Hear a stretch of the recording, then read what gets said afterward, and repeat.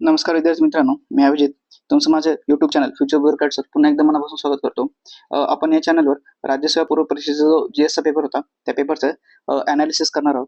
तर त्या अनालिसिसचा हा 6वा व्हिडिओ असेल. याच्या अगोदर 2024 या पेपरचं अनालिसिस करून मी अपलोड केलेलं आहे. 23चा हा पार्ट 2 असेल. हा 2023 पेपर आहे, सेट आहे आणि हा आहे पार्ट 2. जर तुम्ही हा व्हिडिओ डायरेक्ट बघत असाल तर याच्या अगोदर ऑलरेडी पार्ट 1 आलेला आहे 2023 पेपरचा, तो बघा. त्याच्यानंतर तुम्ही हा पार्ट बघू शकता. तर आता आपण 30 क्वेश्चन अनालिसिस झालेला आहे. तर आपण आता 1 ते 6 क्वेश्चन पासून सुरुवात करूया.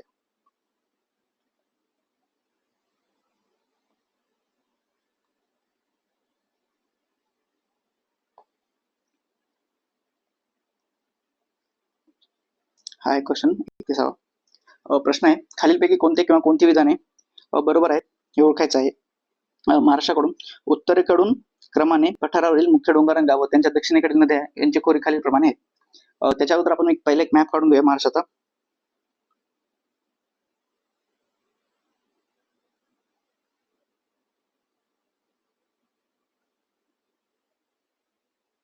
तर हा असा मॅप आहे मित्रांनो. तर आपण पाहू शकतो. तर इथे आपण पर्वतरांग काढून घेऊया. हा आहे पश्चिम घाट. त्याच्यानंतर इथून जातो तो विंध्यन पर्वत, जो महाराष्ट्रामधून जातो तो सातपुडा. इथे सातमाळा अजिंठा आहे डोंगररांग आहे. त्याच्यानंतर हे हरिश्चंद्र बालाघाट आणि हे शंभू महादेव. तर मी लिहितो, हे शंभू महादेव, हे हरिश्चंद्र बालाघाट, हे सातमाळा अजिंठा, हे सातपुडा आणि हा विंध्या. तर आपण आता इथे नद्या सुद्धा काढूया. इथून जी जाते ती गोदावरी नदी, इथून जाते ती भीमा आणि ही कृष्णा.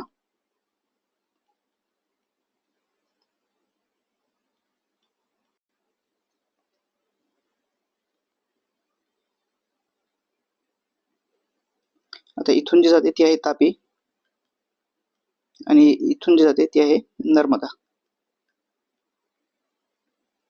तर आपण बघू शकतो तापी आणि नर्मदा या अरबी समुद्राकडे जातात, तर गोदावरी, भीमा आणि कृष्णा या बंगालच्या उपसागराकडे जातात. ऍक्च्युअली भीमा नदी कर्नाटकामध्ये रायचूर येथे जाऊन कृष्णा नदीला भेटते आणि गोदावरी नंतर सेपरेट बंगालच्या उपसागरामध्ये जाऊन बंगालच्या उपसागराला मिळते. तर आता आपण इथे बघूया. मग पर्वत बघितले, विंध्य हा सातमाळा अजिंठा असे म्हणजे हरिश्चंद्र बालाघाट आणि शंभू महादेव डोंगर, आणि हा आहे पश्चिम घाट जो उभा आहे बघा किनारपट्टीला समांतर असा. तर सातपुडा पर्वत रांगेच्या दक्षिणेकडे तापी पूर्णाची खोरे आहे. ही आहे सातपुडा पर्वतरांग, त्याच्या दक्षिणेकडे तापी पूर्णाची खोरे आहे. हे वाक्य बरोबर आहे. दुसरा आहे, सातमाळा अजिंठा डोंगररांगेच्या दक्षिणेस गोदावरी नदीची आहे. दक्षिणेस किंवा उत्तरेस वाचताना काळजीपूर्वक वाचायचं मित्रांनो, चूक व्हायला नको. ही आहे सातमाळा अजिंठा, त्याच्या दक्षिणेला गोदावरी नदीचं आहे, हेही बरोबर आहे. त्याच्या खाली हरिश्चंद्र बालाघाट डोंगररांग व त्याच्या दक्षिणेला भीमा. ही हरिश्चंद्र बालाघाट, त्याच्या दक्षिणेला भीमा नदी आहे, हे स्टेटमेंट बरोबर आहे. त्याच्यानंतर शंभू महादेव आणि त्याच्या दक्षिणेला आहे कृष्णा नदी, तर हे बरोबर आहे. तर अशा प्रकारे माझे सर्व स्टेटमेंट बरोबर आहेत. तर हे होतं या प्रश्नाचं अनालिसिस. तर आपण बघितलं कसं मॅप बेस्ड क्वेश्चनवर किंवा थोडंफार आपण फिगर वगैरे काढून सुद्धा हा प्रश्न सॉल्व्ह करू शकतो. प्रत्येक वेळेस रट्टा मारण्याची गरज नाही मित्रांनो. थोडासा ना अभ्यास करण्याच्या पद्धतीमध्ये बदला, कारण खूप साऱ्या गोष्टी आहेत ज्या तुम्हाला लक्षात ठेवायच्या असतात. फॅक्ट्स असतात, डाटा असतो, इकॉनॉमिक्स, पॉलिटिक्स, जिओग्राफी सगळीकडचा. तर प्रत्येक गोष्ट आपल्याला लक्षात राहणं म्हणजे राहू शकत नाही. थोडंसं इम्प्रॅक्टिकल आहे, किंवा किती आपण ट्रिक वगैरे तयार करा ना, तर थोडंफार मॅप वगैरे प्रॅक्टिस करून आपण अशा गोष्टी लक्षात ठेवू शकतो. पुढचा प्रश्न आहे, सह्याद्रीची रांग सरळ रेषेत नसून अनेक ठिकाणी ती वक्राकार झालेली आहे, त्याचं कारण विचारले. वक्राकार म्हणजे तिच्यामध्ये आपण काय म्हणू शकतो, कव्हर झालेले ते खूप साऱ्या ठिकाणी, तर त्याचं कारण विचारलेलं आहे. तर कशामुळे आहे? सह्याद्रीतून उगम पावणाऱ्या कोकणातील नद्यांनी उगमापाशी केलेल्या शीर्षवर्ती खननामुळे ती वक्राकार झालेली आहे. सह्याद्रीतून उगम पावणाऱ्या कोकणातील नद्याच्या पार्श्ववर्ती खनन कार्यामुळे ती वक्राकार झालेली आहे. सह्याद्रीतून उगम पावणाऱ्या कोकणातील नद्याच्या तळाच्या खनन कार्यामुळे ती वक्राकार झालेली आहे. आणि चौथा ऑप्शन आहे, सह्याद्रीतील पडणाऱ्या मुसळधार पर्जन्यामुळे सह्याद्रीची झीज होऊन तो वक्राकार झालेली आहे. तर इथे कुठल्या गोष्ट कारणीभूत असू शकते? कारण आपण बघतो सह्याद्रीमधून जवळपास शेकडो नद्या उगम पावतात. जर आपण बघितलं, सह्याद्री हा गुजरात पासून सुरू होतो, तर खाली तमिळनाडूमध्ये पण जाऊ शकतो. ऍक्च्युली पश्चिम घाट म्हणजे महाराष्ट्राचा भाग आहे, त्याला आपण सह्याद्री म्हणतो, हे की नाही? तर सह्याद्रीतून शेकडो नद्या उगम पावतात. तर असे ज्या नद्या उगम पावतात ना, त्यांनी त्यांच्या उगमापाशी म्हणजे जिथून उगम पावतात, सह्याद्रीतून उगम पावतात, हा सह्याद्री समजा, इथून उगम पावतात आणि मग त्या अरबी समुद्राला जाऊन भेटतात. तर त्याचे हे जे उगम आहे ना, इथं ते शीर्षवर्ती हेडवर्ड इरोजन म्हणतो आपण, त्यांच्या इथल्या इरोजनामुळे तिथे सह्याद्री पर्वत अनेक ठिकाणी असा वक्राकार झालेला आहे. तर याचं उत्तर आहे ऑप्शन क्रमांक 1. कोकणात खूप सारे नगम होतात, पण पार्श्ववर्ती कारण काय का, आता ही नदी अशी वाहते, आता एखादी नदी अशी होते, त्याचा तळ अजून खोल झाला ना तर ती खोली अजून अजून वाढत जाईल. तर एक तळाच्या खनन कार्यामुळे ती वक्राकार होत नाही, तर तिची खोली वाढत जाते, त्याच्यामुळे हे चुकीचं आहे. ऑप्शन बी आहे बघा, सह्याद्री पार्श्ववर्ती. आता पार्श्ववर्तीला आपण इंग्लिश मध्ये काय लॅटरल इरोजन म्हणलेलं आहे ऑप्शन 2 मध्ये. आता ही नदी अशी होते, एक होतं तळाचं, ते तर नाही. आता लॅटरल मध्ये ही नदी अशी होती, मग पुन्हा ती अजून थोडी रुंद होत जाईल, ती अजून रुंद होत जाईल. लॅटरल म्हणजे असं साईडला वाढते, पण याच्यामुळे पण तो कर होत नाही. तर जो हेडवर्ड इरोजन होतं ना पार्श्ववर्ती शीर्षवर्ती खननामुळे ती अशी वलय तयार करते, म्हणजे अशी कर्व्स वगैरे तयार करते, त्याच्यामुळे तिथे असा वक्राकार झालेला आहे. तर याचं उत्तर आहे ऑप्शन क्रमांक 1. पुढचा प्रश्न आहे, गोदावरी कृष्णा नद्यांच्या तुलनेने कावेरी नदीच्या पात्रात हिवाळ्यात पावसाचे प्रमाण हे जास्त असते. तर याचं कारण विचारलेलं आहे त्यांनी. तर आपण जेव्हा बघतो ना परतीचा पाऊस म्हणतो किंवा मान्सून रिट्रीट होत असतो, त्यावेळेस काय होतं माहिती का, हा जो भारताचा दक्षिण भाग आहे, हा जो दक्षिण किनारपट्टी आहे, हे बघा इथून जाते गोदावरी, इथून जाते कृष्णा आणि इथे जाते कावेरी. ही आहे कावेरी. त्यांनी कावेरी नदीच्या पाणी असतं विचारलं. ही आपली गोदावरी आणि ही झाली कृष्णा. तर जेव्हा मान्सून असा जात असतो तेव्हा ते अरबी समुद्रावरून बाष्प घेतात आणि या भागामध्ये मोठ्या प्रमाणात परत देतात. पण हा भाग फारच छोटा आहे, ते इथे घेतात आणि इथे पाऊस पडतो केरळमध्ये, पण इथे पाऊस पडत नाही मान्सूनच्या काळात. इथे पाऊस कधी पडतो, तमिळनाडू वगैरेच्या भागामध्ये. तमिळनाडूच्या भागामध्ये पाऊस कधी पडतो आपण बघितलेला असेल, तर तो पडतो परतीच्या पावसामुळे. जे बंगालच्या उपसागरावरून बाष्प घेतात आणि तमिळनाडूचा जो रिजन आहे, चेन्नई तमिळनाडू मदुराईचा जो रिजन आहे, त्या रिजन मध्ये पाणी जातात आणि इथे कावेरी जाते. तर आपण बघू शकतो ईशान्य मान्सून वारे, ऑप्शन क्रमांक बी.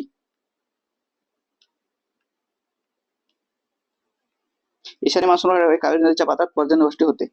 जो वापस पाऊस जातो ना, जे वारे वापस जातात ना, म्हणजे नॉर्थ ईस्ट ईशान्येकडून येताना बंगालच्या उपसागरावरून ते बाष्प घेतात, म्हणजे नॉर्थ ईस्ट विंड्स काय करतात, बे ऑफ बेंगॉल मधून ह्युमिडिटी मॉइश्चर ऍब्झॉर्ब करतात आणि मग ते वापस जाताना तमिळनाडूमध्ये पाऊस देऊन जातात. तर त्यामुळे इथे पर्जन्य मोठ्या प्रमाणात दिसते. आता नैऋत्य मोसमी वारे आपण बघितले कावेरीमध्ये पर्जन्यवृष्टी मोठ्या प्रमाणावर होते, पण एकदम अल्प प्रमाणावर होते, मोठ्या प्रमाणावर होत नाही. त्याच्यामुळे हे चुकीचं आहे. आणि त्यांनी खास करून हिवाळ्यामध्ये विचारले. हिवाळ्यामध्ये मान्सून रिट्रीट होत असतो, वापस जात असतो, तो परतीच असतो. आता इथे कावेरी नदीच्या पात्रात ईशान्य व नैऋत्य मान्सूनमुळे फार कमी होतो, तर त्याच्यामुळे हा ऑप्शन एलिमिनेट केला, हा ऑप्शन गेला. कावेरी नदीच्या उपनद्या कावेरी नदीच्या पात्रात मोठ्या प्रमाणात पाणी पुरवठा करतात. आता बघा, कावेरी नदीला फार अल्प प्रमाणात पाऊस भेटतो, तर तिच्या उपनद्या पण तिच्या जवळच असतील आसपासच्याच भागात, हे की नाही, तर त्यांनाही कमी पाऊस भेटतो. पण वापस जो पाऊस जातो ना त्याच्यामध्ये मोठ्या प्रमाणात पर्जन्य भेटते. तर उत्तर आहे 2. पुढे आहे, उद्योगाचे स्थान निश्चित करताना अल्फ्रेड वेबर यांनी खालीलपैकी कोणत्या घटकाचे महत्व आपल्याला सिद्धांतात सिद्ध करण्याचा प्रयत्न केलेला आहे. तर अल्फ्रेड वेबर काय म्हणतात माहिती का, जेव्हा एखादा उद्योग वगैरे स्थापन करायचा असतो किंवा कुठे त्याची स्थापना होईल, तर त्याच्यासाठी त्यांनी ना जो उद्योगाचे स्थान निश्चिती करण्यात वाहतूक खर्चाचे योगदान महत्वाचे असते, यावर त्यांनी भर दिलेला आहे, किंवा हे त्यांच्या सिद्धांतातले महत्वाचा एक घटक होता. तर तो ऑप्शन आहे ऑप्शन क्रमांक 4. ऍक्च्युली असे प्रश्न ना एमपीएससी आता खूप विचारते. 2024 मध्ये जवळपास 3 अशा प्रकारचे प्रश्न विचारले त्यांनी. एकीकडे अर्थतज्ञ दिलाय आणि त्याचं मत विचारलेलं आहे. तर असे प्रश्न आपल्याला ना डेली म्हणजे आपला अभ्यास इकॉनॉमिक्स विषयाचा ना थोडं वास्ट पाहिजे, ते अशा वेळेस सॉल्व्ह आपण करतो अशा प्रकारचे प्रश्न. आता हे फॅक्च्युअल प्रश्न आहेत बघा मित्रांनो, थिंकर थिअरी फिलॉसॉफी, तर याच्यात एक्सप्लेनेशन नसते. ऍक्च्युली एखादी गोष्ट म्हणलेली आहे तर ते आपल्याला माहित असणं आवश्यक असेल, माहित नसेल ना तर असे प्रश्न आपण सॉल्व्ह नाही करू शकत, कारण हे चारही स्टेटमेंट ना आपण जर बघू तर उद्योगाच्या स्थान निश्चितीसोबतच आहेत. कच्चा माल, मजुरांचे मूल्य, बाजारपेठेची सुमागता, हे सगळं एकदम जवळचेच फॅक्टर आहेत बघा उद्योग स्थापन करण्यासाठी. तर अशा वेळेस आपण एलिमिनेट नाही करू शकत. अशा वेळेस आपल्याला एकदम इत्थंभूत माहिती माहित असणंच आवश्यक आहे. तर आपण इथे एलिमिनेट वगैरे नाही करू शकत. तर याच्यातून आपल्याला एक गोष्ट येते की प्रत्येक प्रश्न आपण एलिमिनेट पण नाही करू शकत, तर काही ठिकाणी आपल्याला ऍक्च्युअल माहिती असणं फार गरजेचं आहे. पुढचा प्रश्न आहे, खालील विधानांचा विचार करून कोणकोणती विधाने बरोबर आहेत ते संकेतकांचा वापर करून उत्तरे लिहा. केंद्रित वस्ती बहुधा शेतीवाड्यामध्ये वेढलेली असते आणि हिमालयन प्रदेशात केंद्रित वस्त्या आढळत नाहीत. तर खालीलपैकी कोणते विधाने बरोबर आहेत असं विचारलेलं आहे. बरोबर चूक काय विचारलं हे सुद्धा काळजीपूर्वक वाचायचं आहे. तर याचं उत्तर काय असेल, तर याचं उत्तर आहे ओनली 2 करेक्ट. ओनली फक्त 2 बरोबर. का? केंद्रित वस्त्या बहुधा शेत वेड्याने वेढलेले असतात म्हणते. ऍक्च्युली आपण जर बघितलं ना तर केंद्रित वस्त्या या शहरी भागामध्ये असतात, शेतवाड्यात नाही. ते अर्बन नाही तर रुरलचं फीचर आहे. कॉम्पॅक्ट सेटलमेंट ह्या रुरल सेटलमेंट, अर्बन सेटलमेंट असतात आणि शेतवाड्यांमध्ये ना ह्या विखुरलेल्या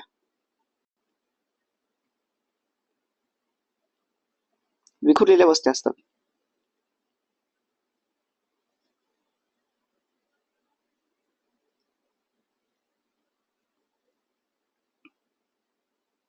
विखुरलेल्या वस्त्या असतात. तर इथे केंद्रित नसते तर विखुरलेल्या असतात, त्याच्यामुळे हा ऑप्शन गेला. आणि हिमालयन प्रदेशात केंद्रित वस्त्या आढळत नाहीत, बरोबर आहे. आता हिमालयन प्रदेश जर बघितला तर हा आपल्याला डोंगराळ भाग आहे. तर इथे एक वस्ती, इथे एक वस्ती, इथे एक वस्ती अशा वेगवेगळ्या ठिकाणी होतात. तर विखुरलेल्या असतात, तिथे केंद्रित वस्त्या आढळत नाहीत म्हणले. तर हे स्टेटमेंट माझं बरोबर आहे. आणि मग पहिलं चूक तर आणि फक्त दुसरा बरोबर असेल. 2023 मध्ये त्याने ज्या वस्त्या, नागरी वस्त्या असतात ना, मानवी वसाहत, याच्यावर 2 प्रश्न विचारलेले आहेत 2024 ला, आणि 2023 ला त्याने 1 प्रश्न विचारला. आणि सेम असाच प्रश्न आहे तो, केंद्रित वस्त्या कुठे कुठे असतात, म्हणजे विखुरलेल्या वस्त्या कुठे सापडतात. विखुरलेल्या वस्त्यांची त्यांनी कॅरेक्टर्स म्हणू शकतो आपण, काय म्हणू शकतो आपण, विखुरलेल्या वस्त्याची वैशिष्ट्य विचारली होती. वैशिष्ट्याला 2024 ला प्रश्न आहे मित्रांनो. तर कसं बघा, म्हणजे पीवायक्यूज पुढच्या वेळेस पीवायक्यू सॉल्व्ह करायला आपल्याला मदत करतो, किंवा जशाल तसा तो रिपीट पण होता. कारण त्याने सरळ सरळ विचारलेली विखुरलेली वस्ती, म्हणजे हाच प्रश्न आहे, त्यांनी हेच विचारले की डोंगराळ भागात असतो का, शहरी भागात असतो, अर्बन असतो का, रुरल असतो, हेच विचारलेलं आहे. पुढचा प्रश्न आहे, हा पदार्थ डॅडॅश हा पदार्थ प्रतिरोधकाच्या निर्णायक म्हणजे क्रिटिकल तापमानाच्या खाली 0 होतो. Dash are materials whose resistivities become 0 below critical temperature. म्हणजे क्रिटिकल टेम्परेचर एक असं टेम्परेचर असते जिथे एखाद्या गोष्टीची कार्यक्षमता ही खूप जास्त असते किंवा खूप कमी होते. म्हणजे ते प्रत्येक मेटल असेल तर मेटल, नॉन मेटल, त्यांच्यावरती डिपेंड करते, त्या पदार्थावर त्याची क्रिटिकल टेम्परेचर डिपेंड करते. तर याचं उत्तर आहे सुपर कंडक्टर्स, अतिवाहक. अतिवाहक या पदार्थाचे प्रतिरोधकता निर्णायक तापमानाच्या खाली 0 होते. म्हणजे प्रतिरोधकता, रेजिस्टन्स, म्हणजे इलेक्ट्रिसिटी अशी वाहते, जर या इलेक्ट्रिसिटीमध्ये वाहताना जर काही अडथळा आला तर त्याचा रेजिस्टन्स आपण वाढलेला आहे म्हणतो. प्रतिरोध हा वाढलेला असतो, म्हणजे इलेक्ट्रिसिटी व्यवस्थित वहन होत नाही विजेचे. पण जर तो प्रतिरोधक आपण कमी केले तर विजेचं वहन हे अगदी सुलभ होत राहते. तर superconductors are the material whose resistivity become 0 below critical temperature. आता सुपर कंडक्टर आणि हे जे कंडक्टर आहेत मित्रांनो, ते आहेत गुड, म्हणजे चांगले वाहक, त्याला आपण काय म्हणतो, सुवाहक आहेत. विजेचे सुवाहक आहे. आणि हा जो इन्सुलेटर आहे ना, हा दुर्वाहक आहे.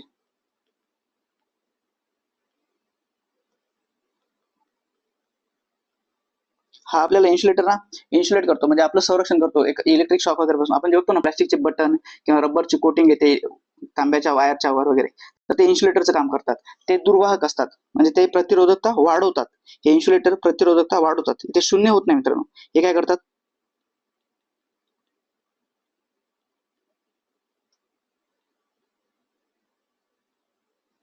प्रतिरोधकता वाढतात. तर पुढच्या प्रश्न आला की खालीपैकी कोणता घटक हे सामान्य तापमानावर प्रतिरोधकता वाढवते, तर त्याचं उत्तर असेल मग इन्सुलेटर. आता इथे विचारलेलं आहे सुपर कंडक्टर. पुढचा प्रश्न आहे, जर एखादी वस्तू 36 डिग्री अंशात तिरप्या असणाऱ्या 2 समतल आरशांमध्ये समोर ठेवली तर किती इमेज म्हणजे प्रतिमा तयार होतील. तर हे बघा, हे 2 असे इमेज आहेत, यांच्यातला डिग्री जर 36 डिग्री असेल तर किती इमेज तयार होतील, म्हणजे आरशामध्ये.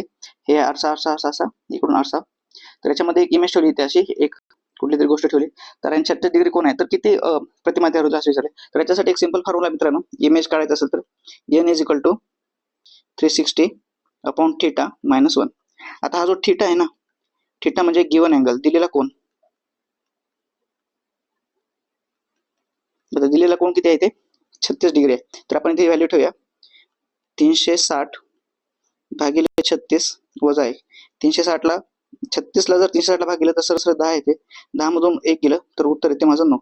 तर इथे आहे उत्तर 9. तर हा सिंपल एक फॉर्म्युला आहे, n is equal to 360 divided by theta minus 1. म्हणजे n म्हणजे नंबर ऑफ इमेजेस आहे, हा 360 भागिले दिलेला कोण वजा 1 करायचा आहे. आता यालाच आपण रिव्हर्स सुद्धा करू शकतो. समजा मला 10, आता 9 इमेजेस आले, तर याला बघूया. आता 9 इमेजेस तयार होत असतील तर किती कोण असेल, की आपण 10 घेऊया. जर 10 इमेज तयार होत असतील, 10 प्रतिमा जर तयार होत असतील तर कोण किती डिग्री असेल काढूया आपण. तर आपण इथे ठेवूया n is equal to 360 divide by theta minus 1 हा फॉर्म्युला आहे.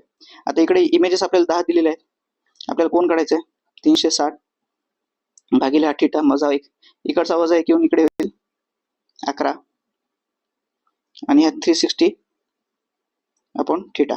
तर हा थिटा इकडे जाईल, हा 360 डिवायडेड बाय 11. आता जर आपण 360 ला 11 ने डिवाइड केलं तर किती उत्तर येते मित्रांनो? तर याचं उत्तर येते 30 डिग्री सेल्सिअस. जर या थिटा 360 डिवाइड बाय 11 जे होतं त्याचं उत्तर येते 32 पॉईंट समथिंग मध्ये, म्हणजे पुढे येते. तर 32 डिग्री हा कोण तयार होतो. सेम आपण असंच रिव्हर्स करू शकतो, हे की नाही.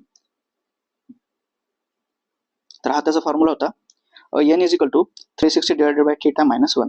तर आपण 360 भागिले 36 केलं, 10 आलं, 10 मधून 1 गेला 9, तर उत्तर आलेलं आपलं 9 इमेजेस तयार होतात. हा सिंपल प्रश्न होता. हा प्रश्न आयोगाने मित्रांनो कॅन्सल केलेला आहे. तर आता आपण पुढच्या प्रश्नाकडे जाऊया. पुढचा प्रश्न आहे, जेव्हा अल्फा कण किरणोत्सर्गी घटकातून बाहेर पडतात तेव्हा कुठले काय कंडिशन असते ते आपल्याला इथे आयडेंटिफाय करायचं आहे, शोधायचं आहे. अनुक्रमांक 2 ने कमी होतो व अणुवस्तुमानांक 4 ने कमी होतो. दुसरा ऑप्शन आहे अनुक्रमांक 1 ने कमी होतो आणि अणुवस्तुमानांक 2 ने कमी होतो. अणुअंक 1 ने वाढतो, अणुअंक व अणुअवस्थानात बदल होत नाही. तर हे काय नाही मित्रांनो, हे गॅमा रेडिएशनचं फीचर आहे. त्यामुळे हे उत्तर नाही आहे आपलं. याचं उत्तर आहे ऑप्शन क्रमांक 1, अणुअंक 2 ने कमी होतो व अणुवस्तुमानांक 4 ने कमी होतो. इंग्लिश मध्ये ॲटॉमिक नंबर डिक्रीजेस बाय 2 आणि atomic mass number decreases by 4. आता हे झालं अल्फा डिके. आता बीटा डिके झाल्यावर काय होतं? बीटा डिके जे होतो त्यावेळेस होतं ॲटॉमिक नंबर वाढ होते 1 ने वाढतो, तर ॲटॉमिक मास नंबर कुठलाही बदल होत नाही. ॲटॉमिक मास नंबर मध्ये बदल होत नाही. हे NO म्हणजे नंबर आहे मित्रांनो. जेव्हा बीटा डिके होतं तेव्हा अणुक्रमांक 1 ने वाढतो, अणुअंक 1 ने वाढतो आणि अणुवस्तुमानांक हा कुठलाही बदल होत नाही जेव्हा बीटा डिके होते. आणि गॅमा डिके मध्ये अणुअंक आणि अणुवस्तुमानांक यांच्यामध्ये कुठलाही बदल होत नाही. बीटा डिके मध्ये फक्त अणुक्रमांक किंवा अणुअंक 1 ने वाढतो, अणुवस्तुमानांक हा तेवढाच असतो, कुठलाही बदल होत नाही. पुढे अजून एक प्रॉब्लेम विचारला मित्रांनो, मुलाचा ताप 104 फॅरनहाइट आहे. हे तापमान किती डिग्री सेल्सिअस आहे? म्हणजे यांनी फॅरनहाइट टू डिग्री असे कन्व्हर्जन विचारलेलं आहे. तर याच्यासाठी एक फॉर्म्युला आहे मित्रांनो, फॅरनहाइट टू डिग्री सेल्सिअस मध्ये. तर याचा फॉर्म्युला आहे F मायनस 32 गुणिले 5/9. तर हा त्याचा फॉर्म्युला आहे. तर आपण इथे त्याची व्हॅल्यू ठेवूया. F आहे आपल्याला इथे 104 दिलेला आहे, वजा 32 गुणिले 5/9 करूया. 32 104 मधून 32 गेले तर आपल्या इकडे होत आहे 72. 72 ला आता 5/9 ने केलं तर 9 8 72 आणि 8 गुणिले 5 केलं तर 8 पंचे 40 डिग्री सेल्सिअस.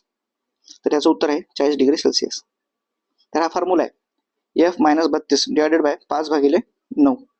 तर आपण फॅरनहाइटची सरळ व्हॅल्यू ठेवायची. 104 मधून 32 गेलं आपल्याला भेटतं 72. 72 ला जर 5/9 न गुणलं तर 9 8 72, तर आणि 8 गुणिले 5 केलं तर 40 डिग्री सेल्सिअस हे होऊन जाते. सेम आपण आता रिव्हर्स करू शकतो जसं इमेजेसच्या क्वेश्चनला केलं होतं. आता पुढचा प्रश्न बघूया. खालीलपैकी कोणते विधान बरोबर आहे? फक्त एकच विधान आहे बरोबर. आता कुठलं विधान बरोबर असणार ते आपल्याला शोधायचं आहे. ग्रहांचा वेग सूर्यापासून जास्तीत जास्त अंतरावर असताना सर्वात कमी आणि सूर्यापासून कमीत कमी अंतरावर असताना सर्वात जास्त असतो. हे एकदम फॅक्च्युअल स्टेटमेंट आहे आणि उत्तर हेच आहे. आता पुढचे स्टेटमेंट काय ते पण वाचून घेऊया आपण. ग्रहांचा वेग सूर्यापासून जास्तीत जास्त अंतरावर सर्वात जास्त आणि सूर्यापासून कमीत कमी अंतरावर कमी असतो. नाही मित्रांनो, आपण बघितले ग्रहांचा वेग सूर्य जास्तीत कमी अंतरावर सारखाच असतो, सारखा तर नसतो. जर वेग सारखा असता जर फिरायला तेवढा वेळ असतो ना तर दिवस व रात्र समानच राहिले असते मित्रांनो. कारण अशी पृथ्वी फिरते आणि स्वतःभोवती सुद्धा ती फिरत फिरते, फक्त एकाच दिशेने फिरत नाही, सारखाच नसतो. आणि ग्रहाचा वेग सूर्यापासून जास्त कमी अंतरावर असताना जास्त असतो. तसं नाही, दोन्ही ठिकाणी जास्तच असणार नाही, एका ठिकाणी जास्त किंवा एका ठिकाणी कमी असेल.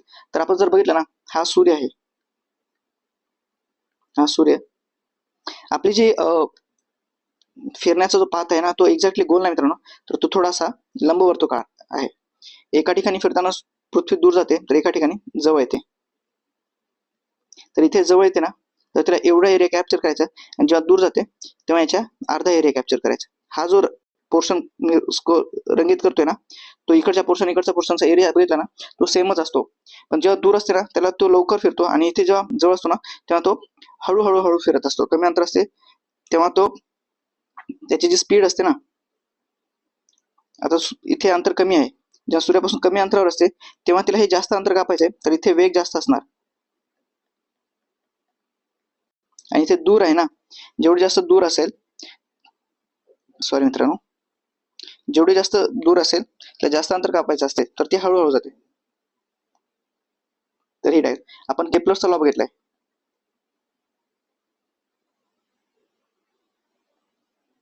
तो आपल्याला हे सांगतो, ग्रहाचा वेग सूर्यापासून जास्तीत जास्त अंतरावर असताना कमी असतो. आता इथे पृथ्वी दूर आहे, ठीक आहे ना, सूर्यापासून, आणि तिला अंतर कमी कापायचं, तर ते हळू फिरणार. पण इथे जवळ आहे आणि अंतर जास्त कापायचं, बघितलं ना, हा पोर्शन खूप जास्त आहे याच्या तुलनेनं, एवढाच. तर हिला इथे फास्ट फिरावं लागेल आणि इथे हिला स्लो फिरावं लागेल. पुढचा प्रश्न, ही थीम खूप वेळेस रिपीट झाली मित्रांनो परीक्षेमध्ये, विटॅमिन्स आणि त्यांच्या डिफिशियन्सीमुळे. तुम्ही ग्रुप बी ग्रुप सी ला प्रश्न बघितले असाल. याच्या अगोदर पेपर सेपरेट होत होते, आता मागच्या 1-2 वर्षापासून प्रिलिम्स कंबाईन व्हायला लागल्यात. ऑल गॅजेटेड सर्व्हिसेससाठी एकच प्रिलिम्स आणली आणि ग्रुप बी आणि ग्रुप सी साठी त्यांनी एकच प्रिलिम्स आणलेली आहे. तर हा बऱ्याच ठिकाणी रिपीट झालेला प्रश्न आहे आणि एकदम सोपी थीम आहे विज्ञानामधली. तर आपण बघू शकतो, इकडे त्यांनी आपल्याला जीवनसत्व दिलेले आहेत आणि इकडे त्यांनी त्याच्यापासून होणारे अभाव किंवा रोग विचारलेले आहेत. तर अजीवनसत्व म्हणजे काय होतं, तर सगळ्यात सोपं आणि सगळ्यात कॉमन आहे. अजीवनसत्वामुळे येतो रातआंधळेपणा. 1/4 मला एकाच ठिकाणी भेटून जाते आणि माझं उत्तरच मला इथं भेटलेलं आहे. अगदी सोपा प्रश्न म्हणेल मी या पेपर मधला, एलिमिनेशन करू शकतो तुम्ही इझिली. तर आता बघूया, डी जीवनसत्वामुळे काय होतं, आपल्याला मूर्धस होतो, रॅकेट हे माहिती आहे. क जीवनसत्वामुळे काय होतं, तर आपल्याला हे माहिती आहे की क जीवनसत्वामुळे आपल्याला स्कर्वी जो त्वचेजार होतो, आणि B12 मध्ये होतो रक्ताशय, अॅनिमिया ज्याला आपण म्हणतो इंग्लिशमध्ये. तर हे झालं. अजून एक विटॅमिन आहे मित्रांनो, विटॅमिन ई आहे. विटॅमिन ई मुळे ना काय होतं, लेस फर्टिलिटी होते.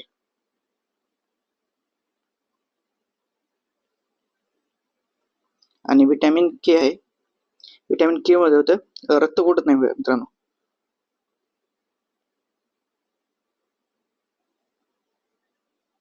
रक्त गोठत नाही, रक्त न गोठणे. आता या विटॅमिनचा आपण अजून एक क्लासिफिकेशन किंवा वर्ग करू शकतो. एक पाण्यात विरघळणारे आणि एक पाण्यात न विरघळणारे. आता मी इथे लिहितो पाण्यात विरघळणारे,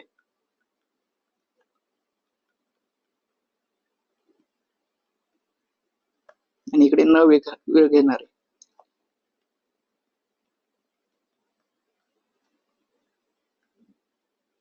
तर 2 विटॅमिन आहेत जे पाण्यात विरघळतात मित्रांनो, ते आहेत विटॅमिन बी आणि विटॅमिन सी, हे 2. बाकीचे ए, डी, ई आणि के हे पाण्यात न विरघळणार आहेत, म्हणजे हेच आहेत फॅट सोल्युबल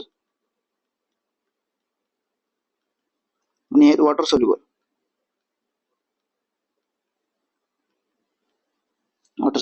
आणि हे आता हे पाण्यात विरघळणारे विटामिन ना, ते मित्रांनो एक्सक्रिएशन म्हणजे आपल्या लघवी मार्गात हे पाण्यातून निघून जातात, त्याच्यामुळे ह्या विटॅमिनचा इंटेक थोडा जास्त असावा लागतो तुलनेने यांच्यापेक्षा. तर आपल्याला इथे आपण क्लासिफिकेशन वगैरे सुद्धा बघितलेलं आहे आणि उत्तर आहे सिंपल. तर पुढच्या वेळेस ई आणि के जरी आला तर लेस फर्टिलिटी म्हणजे हळूहळू थोडंसं वैंधत्व येतात, म्हणतात आपण म्हणतो ना, नपुंसकत्व किंवा वैंधत्व येणं, या विटॅमिनमुळे वैंधत्व येते. अशा प्रकारची गोष्टी होऊ शकतात. आणि विटॅमिन के मुळे रक्त गोठत नाही. एखादा जर आपल्या बॉडीवर थोडासा कट वगैरे असला तर तिथं कंटिन्यू रक्त वाहत जाते. नॉर्मल आपल्या रक्त गोठण्याचा टाइम आहे 2 ते 8 मिनिट, पण त्याला थोडासा वेळ लागतो, तर ते ह्या विटॅमिनमुळे होते. पुढे जाऊया आपण. अजून काही म्हणजे मिनरल्स आहेत त्याच्यामुळे काय काय होते, तर जे आयरन आहे, आयरनमुळे होतो आपल्याला अॅनिमिया, ज्याला आपण रक्ताशय म्हणतो, रक्ताशय होतो. त्याच्यानंतर आहे आयोडीन, आयोडीनमुळे आपल्याला गॉयटर होतो. आणि कॅल्शियम, कॅल्शियम हे हाडं आणि दातामध्ये असते, बरोबर, हाड प्लस दात, तर हे हाडं व दात ठिसूळ होतात.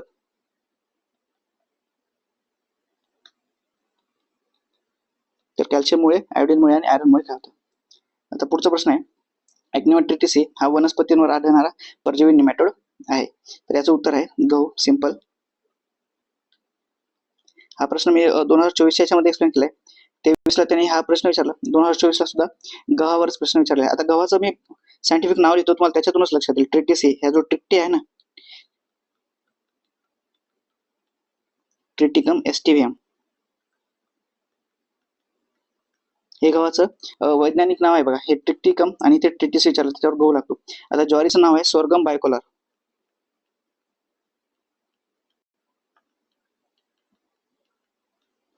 तांदळाचं नाव आहे ओर्झा सटायवा, आणि बाजरीचं नाव आहे पेनिसेटम ग्लायकम. पेनिसिडियम ग्लायकम. तर पुढच्या वेळेस जर तुम्हाला स्वर्गमोर कुठला काय दिसेल तर ते ज्वारीशी रिलेटेड असेल, ओझा सटा विचारलं तर ते तांदूळ असेल, बाजरी विचारलं तर ते असेल पेनिसिडियम ग्लायकम. तर अशा प्रकारचे त्यांनी 2019 ला टिक्का हा डिसीज कोणत्या पिकावर पडतो विचारलं होतं. उत्तर होतं भुईमुग, ज्याला आपण ग्राउंडनट म्हणतो. तर त्यांनी दरवर्षी ऍग्रिकल्चर क्रॉपवर एखादा प्रश्न तरी असतो मित्रांनो. तर तुम्ही बेसिक्स नोट्स मधून हे वाचून घेऊन चला तुमच्याकडे जे कुठले अवेलेबल असतील, किंवा तुम्ही गुगल सर्च सुद्धा करू शकता की डिफरंट क्रॉप डिसीजेस असं टायटल टाकायचं आणि सर्च करून हे करू शकता. पुढचा प्रश्न आहे संख्याशास्त्राचा अभ्यास करणे म्हणजे कशाचा अभ्यास करणे आहे. इथे आहे तो प्रश्न. संख्याशास्त्राचा अभ्यास करणे म्हणजे कशाचा अभ्यास करणे. सिलेंड्रेटा, मोलुस्का, मोलुस्काचे कवच आणि मोलुस्काच्या. हा एकच ऑप्शन थोडा वेगळा आहे, बाकी हे 3 ऑप्शन एकाच गोष्टीला एक्सप्लेन करतात. म्हणजे माझं उत्तर या 3 पैकी कुठल्या तरी एका झालं. एक फक्त मोलुस्का विषयी बोलते, हा थोडा जनरल ऑप्शन आहे मित्रांनो. म्हणजे साधं बोलतो की हा मोलुस्का, हा अजून त्याच्यामध्ये डीप जातो मोलुस्काचे कवच, आणि हा म्हणतो मोलुस्काचे आवरण. तर काय असेल तर जे शेल असते ना, शेल ते असते संख्याशास्त्र. आता शंख काय माहिती ना आपल्याला, आपण शंख बघतो. तुम्ही गुगल काय बघितले का. सगळ्यात बेस्ट एक्झाम्पल आहे गुगल काय. गुगल काय एक अशी प्राणी असते त्या छोटे छोटे पाय असतात आणि वर एक असा शंख असतो तिच्या. याची गुगल काय समजा उदाहरण धरून चला, तर त्याच्यावर एक असा शंख असतो. तर ह्याचा जो अभ्यास करतो ना ते आहे मोलुस्काचे कवच. मोलुस्का हा एक क्लास आहे. पुढचा प्रश्न मोलुस्कावरच आहे, तर ते आपण अजून थोडं डिटेलमध्ये एक्सप्लेन करूया. तर याचं उत्तर आहे मोलुस्काचे कवच, ऑप्शन क्रमांक 3. पुढचा प्रश्न आहे मोलुस्का वर्गावरच प्रश्न विचारलाय. मोलुस्का ना एक फायलम आहे, म्हणजे जो किंगडम ॲनिमलियाचं आपण क्लासिफिकेशन बघतो प्राणी वर्गाचं जे आपण वर्गीकरण बघतो ना, त्याच्यामध्ये मोलुस्का हा क्लास आहे. तर त्याच्यावर त्यांनी प्रश्न विचारले. हा ते प्राणी सृष्टीमधील दुसरा सर्वात मोठा वर्ग आहे. हे खूप महत्वाचं आहे.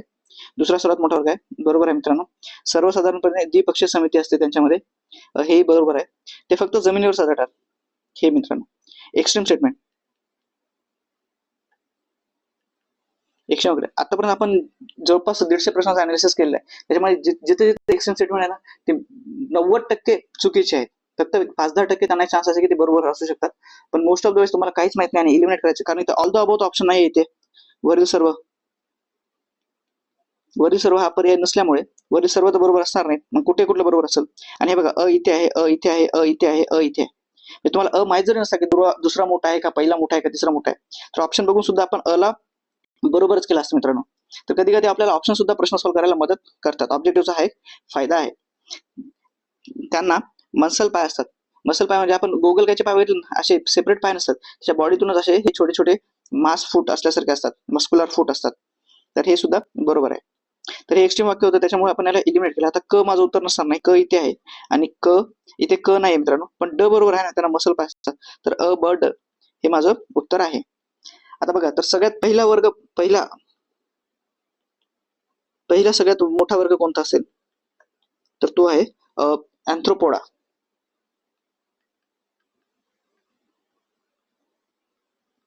आता याला मराठीत लिहायचं झालं तर असं म्हणजे याच्यामध्ये अँथ्रोपोडा, याच्यामध्ये कोण कोण येतात माहिती आहे का. अँथ्रोपोडा म्हणजे अँथ्रो म्हणजे अपेंडेजेस, सॉरी अँथ्रो म्हणजे जॉईंट्स आणि पोडा म्हणजे अपेंडेजेस, अवयव. म्हणजे ज्यांचे हातपाय असे जोडलेले असतात ते असतात कीटक किंवा आपण खेकडे वगैरे बघतो ना, कीटक खेकडे. तर हा यांचा वर्ग आहे. सगळ्यात बेस्ट एक्झाम्पल याचं लक्षात ठेवायचं आपलं झुरळ घरामध्ये सापडणारा कॉक्रोच. तर तो सगळ्यात पहिला मोठा वर्ग आहे, तो पहिला मोठा वर्ग आहे, तो हा आहे. तर याचं उत्तर आपल्याला भेटलेलं आहे बड. हे एक्स्ट्रीम स्टेटमेंट होतं, त्याच्यामुळे आपण त्याला एलिमिनेट केलं आणि प्रश्न आपण सॉल्व्ह केला. पुढचा प्रश्न आहे खालीलपैकी कोणते मुख्य धोरण हे धोरणात्मक हस्तक्षेप हे भारतातील भूसुधारणांचा भाग होते. तर हा प्रश्न मित्रांनो ना कॉमन सेन्स वाला आहे. आता भूसुधारणा आपण करतोय, तर भूसुधारणा कशासाठी करणार आहोत, तर ह्याच्यामधून काहीतरी आपल्याला चांगल्या गोष्ट काढायची आहे. जेव्हा इंग्रजांची ब्रिटिशांची राजवट होती भारतामध्ये, त्यावेळेस जमीनदार लोक किंवा जागीरदार लोक होते, त्यांच्याकडे अमाप संपत्ती, अमाप जमिनी होत्या. म्हणजे ते कुळ कायदे वगैरे त्यांनी म्हणजे कुठले मान्य होते, ते लोकांच्या जमिनीचं बळजबरी हस्तांतर करायचे, किंवा जो कर्ज वगैरे शेतकरी झाला तो नाईलाजाने जमिनी कोण टाकायचा आणि बुधास बनवून द्यायचा. तर ते आपल्याला जमिनीचं वितरण करण्यासाठी सरकारने भूसुधारणा केल्या. तर त्याच्यात काय काय गोष्टी होत्या ते बघणार. मध्यस्थांचे निर्मूलन केले, बरोबर आहे. जो कुठला सरकार आणि शेतकरी यांच्यामध्ये जो कोणी मध्यस्थ होता त्याला आपण इलिमिनेट केलेला आहे. त्याच्यानंतर कुळ पद्धती सुधारणा केलेली आहे. जमीन धोरणावर कमाल मर्यादा निश्चित केलेली आहे. आपण त्याला लँड सेलिंग ऍक्ट म्हणतो बघा मित्रांनो. लँड सेलिंगचा जो ऍक्ट आला होता ना तो आला. आणि भूधारणाचे एकत्रीकरण केलेले आहे. Consolidation of land holding. तर याचं उत्तर आहे वरीलपैकी सर्व. कॉमन सेन्स वाला प्रश्न होता, म्हणजे लॉजिक लावायचा होता प्रश्न लावताना की भूसुधारणा करायची आहे तर आपण काय काय केलं असतं, हे की नाही. म्हणजे समान वितरणावर आपण जास्त भर दिला असता आपण, हे की नाही. जे की आपल्या डीपीएसपी सांगतात की डीपीएसपी मध्ये लिहिले ना मार्गदर्शक तत्वामध्ये की संपत्तीचं एकीकरण होऊ देणार नाही व संपत्तीचं वितरण हे एकदम व्यवस्थितरित्या केलं जाईल. 39B आणि 39C आर्टिकल 39B आणि C मध्ये सांगितलेलं आहे डीपीएसपी मार्गदर्शक तत्व. त्याच्यामध्ये पुढचा प्रश्न आहे अन्नपूर्णा योजनेचे लाभार्थी कोण कोण आहेत. दरवर्षी मित्रांनो 1-2 प्रश्न योजनेवर येतात, तर तुम्ही योजना चांगल्या प्रकारे करून बघा. आणि त्यांनी 2024 मध्ये मात्र ओडिशा राज्याची योजना विचारली होती. तर आपल्याला आता फक्त महाराष्ट्रासोबतच केंद्र सरकारच्या महाराष्ट्राचं करतो, म्हणजे दुसऱ्या राज्याच्या काही महत्वाच्या योजना आहेत ना त्या सुद्धा आपल्याला करायच्या आहेत. याचं उत्तर सरळ आहे, राष्ट्रीय वृद्धापकाळ निवृत्ती वेतन योजनेखाली नाहीत असे ज्येष्ठ नागरिक, हे की नाही. अन्नपूर्णा आता शाळेतल्या मुलींसाठी अन्नपूर्णा आणतील का, मुलींसाठी त्या ज्या वयातल्या योजना आहेत त्या आणतील, कामगारांसाठी वेतनासंबंधीच्या असतील, निवृत्ती सैनिकांसाठी सुद्धा निवृत्ती पेन्शन वगैरे साठी असतात. आता हे काय म्हणले, राष्ट्रीय वृद्धापकाळ निवृत्ती वेतन योजनेखाली नाहीयेत, म्हणजे कुठल्या योजनेत त्यांनी इन्क्लूड नाही झाले असे ज्येष्ठ नागरिक, तर त्यांच्यासाठी फक्त अन्नपूर्णा योजना तशा प्रकारची योजना होती. आता संतुलित वृद्धी दराचा उद्देश काय असतो.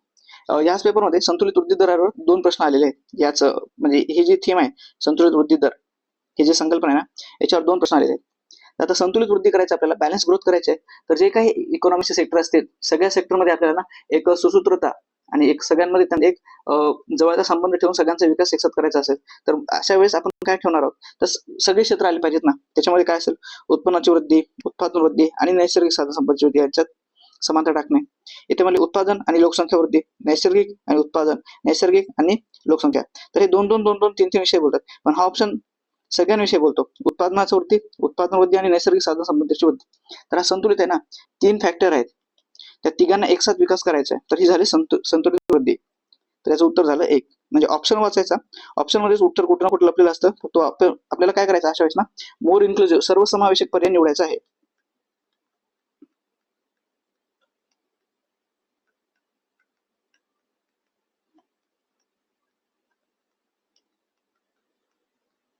सर्वसमावेशक पर्याय निवडणे.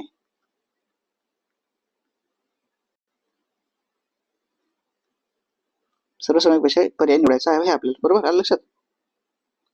पुढचा प्रश्न आहे नागरिकीकरण म्हणजे काय. आता तुम्ही नागरिकरणाचे डेफिनेशन वगैरे वाचले का मित्रांनो कुठे.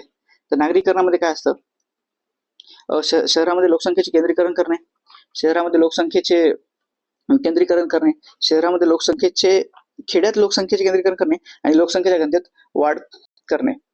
तर याचं उत्तर काय असेल, आता 3 नंबर तर काढून टाका, कारण आपल्याला नागरिकीकरणचं करायचंय. तर म्हणजे शहराविषयी असेल तर खेड्यामध्ये लोकसंख्येचे केंद्रीकरण करणे हा नसेल. क इथे आहे मध्ये,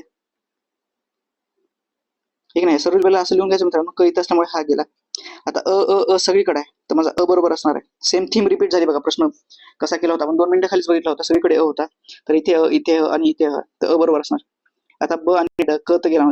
लोकसंख्येच्या घनतेत वाढ. आता घनतेत वाढ होणं म्हणजे नागरीकरण होणं अशी कुठली कन्सेप्ट नाहीये. तर एका ठिकाणी एक तर केंद्रीकरण होईल, विकेंद्रीकरण होईल. कुठे होईल, शहरामध्ये लोकसंख्येचे विकेंद्रीकरण म्हणजे ते तर नागरीकरणाच्या विरुद्ध झाले ना, डिअर्बनायझेशन झालं किंवा अनअर्बनायझेशन झालं. तर विकेंद्रीकरण नाही, तर शहरामध्ये लोकसंख्येचे केंद्रीकरण. तर फक्त अ बरोबर आहे माझ्या मित्रांनो. लोकसंख्येच्या घनतेत वाढ होणं हे काही नागरीकरणाचं लक्षण नाही आहे. तरी सिंपल प्रश्न होता. आता पुढची स्क्रीन आहे, अटल पुनरुज्जीवन व शहरी परिवर्तन अभियान अमृत याविषयी खालीपैकी कोणते विधान बरोबर नाही हे विचारलेलं आहे.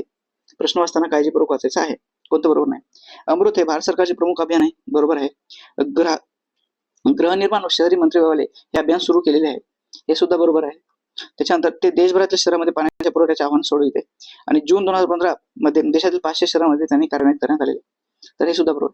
तर ऑप्शन क्रमांक 3 हे चुकीचं आहे मित्रांनो याचं. तर तुम्हाला हे बघा, ते परत दुसरं स्कीम किंवा एक अभियान विचारले 2 मिनिटाखाली त्यांनी हा प्रश्न विचारला होता, अन्नपूर्णा योजना. आता इथे अमृत विचारलेला आहे. तर अशा प्रश्नांचं मित्रांनो काहीतरी अपडेट केलेलं असतात. आता हा 2015चा प्रश्न होता, 2023 मध्ये म्हणजे ही योजना आली होती. 2023 मध्ये कदाचित हिचं टार्गेट इयर कम्प्लीट झालं असेल किंवा हिचं अमृत 2 व्हर्जन आले असेल, दुसरी स्कीम म्हणजे हिला अजून एक्सटेंड केली असेल पहिल्या फक्त 500 शहरामध्ये होते, नंतर दुसऱ्या परत 500 शहरामध्ये गेले असेल. तर अशा काही योजना ज्या न्यूजमध्ये असतात किंवा सरकारच्या बजेटमधल्या योजना ज्या असतात ना, नवीन नवीन येतात, तर त्या योजना करून जाणं हे खूप महत्वाचं आहे मित्रांनो. आता पुढचा प्रश्न आहे, जेव्हा आता एखाद्या कुटुंबाचा वंचित गुणांक 1.5% किंवा त्यापेक्षा अधिक असतो, त्यावेळी ते कुटुंब अनेक अंगाने किंवा बहुमितीय दारिद्र्य मानले जाते. तर हे multi dimensional poverty index MPI multi dimensional poverty index या कन्सेप्टवर हा प्रश्न आलेला आहे. तर याचं उत्तर आहे 33.3%. इथे मी काय करतो, तुम्हाला एक लाईनवर दाखवतो. हा ही आहे ती लाईन असं समजा, हिला आपण 4 घटकामध्ये डिवाइड करूया. आता हे 0 धरूया, जो इंडेक्सचा अंक आहे, आणि इकडे 100 धरूया. जिथे 0 आहे म्हणजे जिथे कुठल्याही प्रकारचं दारिद्र्य नाही, सगळं काही एकदम व्यवस्थित आहे. आणि जिथे 100 आहे तिथे एकदम हाय लेवलचं दारिद्र्य आहे, एकदम असमानता आहे, उत्पन्नामध्ये विषमता आहे.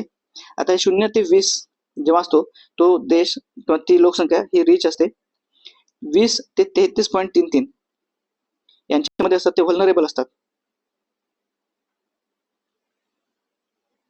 व्हल्नरेबल म्हणजे असे लोक जी कधीही पुअर होऊ शकतात. ते आता सध्या पुअर नाहीत, कारण ते या रेषेच्या फक्त थोडंवर आहेत. पण जर थोडी जरी महागाई वाढली किंवा थोडे जरी आर्थिक झटके त्यांना बसले, तर ते लगेच या ग्रुपमधून या ग्रुपमध्ये जातात. हे येते पुअर मध्ये, ही आहे 50 ची लाईन, आणि 50 ते 100 मध्ये अति गरीब,